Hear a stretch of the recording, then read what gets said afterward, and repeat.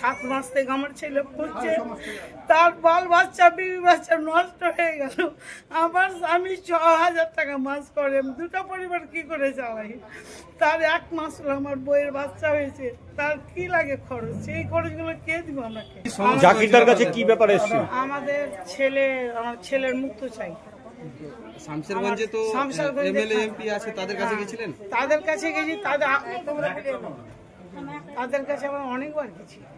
কি বলেছে? ওরা আমাকে গুরুত্ব দেয় না, বলছে আমরাই ভিড়তে পারছি না, আমরা কি করে যাবো? এমএলএ এমপি বা ওখানকার এমপিরা বলছে ভিড়তে পারছি না, আমরাই ভিড়তে পারছি না। আজকে যে জাকিরের কাছে এসেছেন জঙ্গিপুরে, হ্যাঁ, ইনার কাছে কি প্রতিশ্রুতি করেন? প্রতিশ্রুতি আমরা জানতে পারলাম যে পারলে বাবু পারবে, তাছাড়া কেউ পারবে না। আমাদের অ্যালাউ করলো না। আমার বাড়ির দরজায় কাউন্সিলর আছে, ওর বাড়ি আমি মনে হয় একদিনে 10 বার গেছি। ও বাংলা ভাষায় আমাকে বলছে যে আমাদের কিছু করার নেই, না বার্তা দিচ্ছে না, কিছুই করতে পারবো না, আপনারা বাইরে যান। বাইরে কোথায় যাব? আপনি আমার নিয়ে তো আপনি বড় হয়েছেন। আমি ওকে বলছি চেয়ার তো আমরাই দিয়েছি আপনাকে, আমার যদি কাজ না করেন তো আমার চেয়ার দিয়ে লাভ কি? আমরা যে মিছিল এতে যাচ্ছেন, তো আপনার কি বউ বাচ্চা ছেলে মেয়েকে মিছিল করেন না? 5 বাবার 5 ভাইয়ের 5-10 জনকে মিছিল হয়। আমার ছেলেরা মিছিলে গেছে, মিছিলে যে আবার কি অন্যায় করেছে আমার ছেলেরা? আমার ছেলে এখন বহরমপুরে জেলে পড়ছে, 7 মাস থেকে আমার ছেলে পড়ছে, তার বাল বাচ্চা বিবি বাচ্চা নষ্ট হয়ে গেল। আমার স্বামী 6,000 টাকা মাস করে, দুটো পরিবার কি করে চালাই? তার 1 মাস হলো আমার বইয়ের বাচ্চা হয়েছে, তার কি লাগে খরচ, সেই খরচগুলো কে দিব আমাকে? আমাকে বললো তো যে আমরা দেখছি, আমি দিলাম তো সব, আমি তো বাবু নিল সব। আমরা কি করে থাকি? আমাদের কোনো থানা গেছি, আমি থানাতে নিজের বাচ্চাকে নিজের ছেলেকে আমি পৌঁছে দিয়ে এসেছি। এক বাবু হসপিটালে ছিল।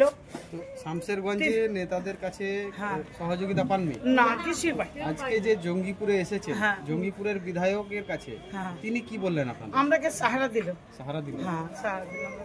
পাশে থাকার রাস্তা? হ্যাঁ, পাশে থাকার আমাকে রাস্তা দিল। আপনারা খুশি? খুশি আমরা আছি। বাংলায় ঝামেলা হয়েছে, ঝাড়খণ্ডের ছেলে ঝাড়খণ্ডের কাছ থেকে তুলে নিয়ে এসেছে, দিয়ে বাংলাতে জুড়ে দিয়েছে। বাড়ি আমাদের 1 নম্বর কৃষ্ণপুর, শামশেরগঞ্জ। হ্যাঁ, শামশেরগঞ্জ।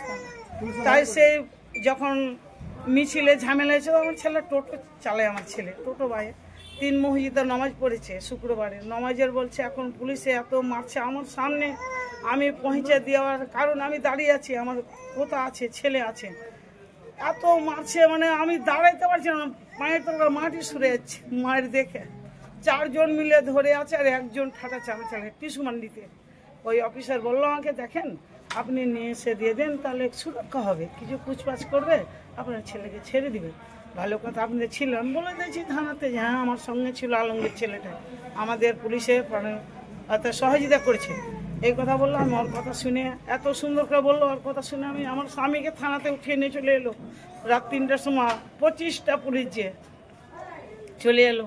আমি একাই কি করবো? বাড়িতে আমার কোনো ছেলে নেই, আমি কোনো রাস্তা খুঁজে পাই না, কোথায় যাব? তো আমার ছেলেকে আমি সন্ধ্যায় 6টায় আমি টিসু মান্ডিতে পৌঁছে দিলাম। তার আমার বউ আছে, আমি আছি, আমার পোতা আছে। আমার ছেলের মেয়ের দেখে আমার ছোট বাচ্চা বলছে, দিদি ছাড়েন আমাকে, আমি মারবো, আমার আব্বুকে মারছে। যারা লোকাল নেতৃত্ব আছে, যেমন এমপি আছে, ব্লক সভাপতি, কাউন্সিলর, চেয়ারম্যান, তারা তো ভোটের সময় আপনাদের কাছে যায় ভোট চাইতে। ওই কথাটাই বলেছি, ওটাই বলছি আমি, যে আমরা কে নিয়ে তো আপনি চেয়ার পেয়েছেন, আমরাই আপনাকে চেয়ে দিয়েছি, আমাদের যে পাশে না দাঁড়ান তাহলে আমরা কোথায় যাব? বলছে আমরা কিছু হাত নাই, আমরা কিছুই করতে পারবো না, কেউ গুরুত্ব নেয় না, কিছুই করতে পারবো না, কেউ গুরুত্ব নেয় না। বিপদের সময় কেউ গুরুত্ব নেয় না, আপনাদের পাশে থাকছে না, এটাকে কিভাবে দেখছেন আপনারা? কি আর শুনেন, আমি যখন থেকে যাই, যখন 5 ইটা পিঠ থেকে যাবে, তখন আপনাকে আমি চিনবো না। আমার জীবন বাঁচার জন্য আমি যেই কিছু করতে পারি আমি করবো আপনার সঙ্গে। আমাকে যে জিনিসটা দিয়েছিল, ওরা বলেছিল আজকে পরে কালকে তো আমার দরজায় যাবে, আমি ওর দরজায় যাব না, কোনো সময়ে আমি দরকারে যাব, তাছাড়া ও আমার বাড়ি যাবে।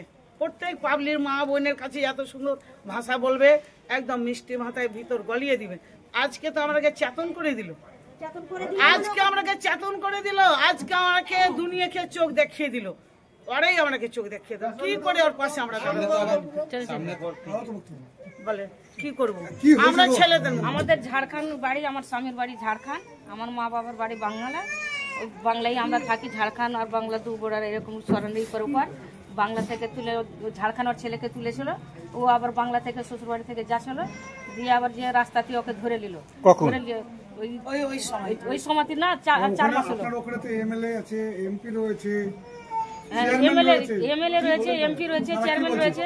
তারা বলছে যে ঝাড়খণ্ডের, আমাদের বাংলা তো বর্ডারে কোনো ভোট ভাট নেই কি কোনো কিছু নেই, আমরা একদম নাক গলাতে যাব না। আমরা এই কথাই বলে যে নাক গলাতে যাব না। আমার স্বামী আছে, কোথায় আছে?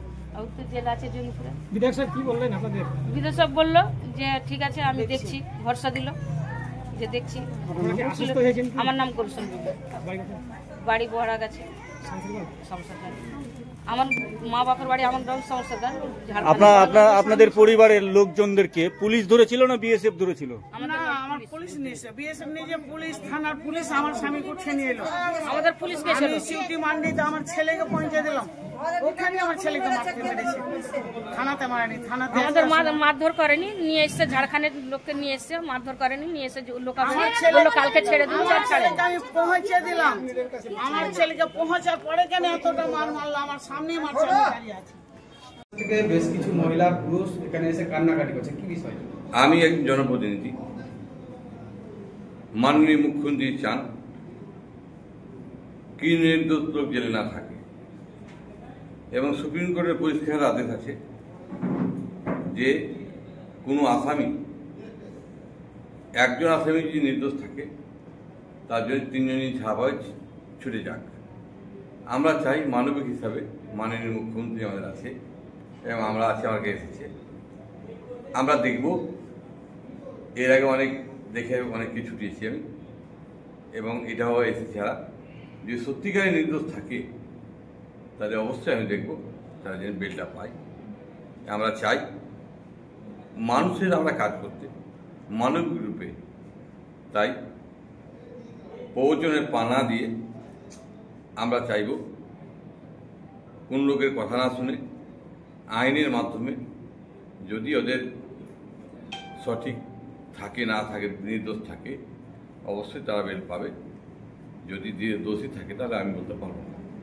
তাই আমরা সবসময় চাইব যে মানুষ, সব মানুষই আসবে, সবাই বলবে যে আমি নির্দোষ, তার ভিতরে আমি দেখব যাচাই করে যদি সত্যি নির্দোষ থাকে অবশ্যই বের পাবে। আমি এটা বলছি, আমি চেষ্টা করব। তো শামশেরগঞ্জ এরিয়ার বিধায়ক আছে, সাংসদ আছে, ওখানে না গিয়ে আপনার এখানে কান্নাকাটি করছে, এই বিষয়ে একটু বলবেন। দেখুন, কার কাছে গেছে তাদের ব্যাপার। আমি একজন মানবিক হিসেবে আমাকে এসেছে সেইটুকু আমি চেষ্টা করব। ওনারাকে জিজ্ঞাসা করেন কেন এসেছে। আমার কাজ হলো যে কেউ আসে পারলে আমি রিলিভ করে দেওয়া, আমি কাউকে ফাঁসানো নয়, এবং কার কাছে গেছে তারাই বুঝবে। এবং আমরা চাইব যে আপনারা ওদেরকে জিজ্ঞাসা করুন কেন কী হয়েছে। আমি এটা মুখ দিয়ে বলবো না। আমার কর্তব্য মানবিক হিসাবে যে তাদের যেন আমি পাশে থাকতে পারি, পাশে থেকে যেন ওরা যেন ডিপ্রেট না হয় গরিব মানুষ, এটাই চেষ্টা করি।